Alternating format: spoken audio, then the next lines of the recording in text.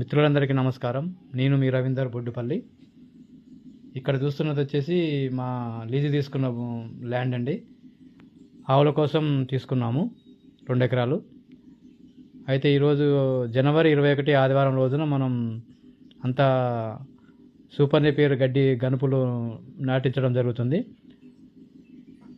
ఇంతకుముందు వాటర్ పెట్టేసి తడిచ్చేసి తర్వాత దాన్ని దున్నడం, రోటవేటర్ వేయడం, తర్వాత బోదలు తోలాము.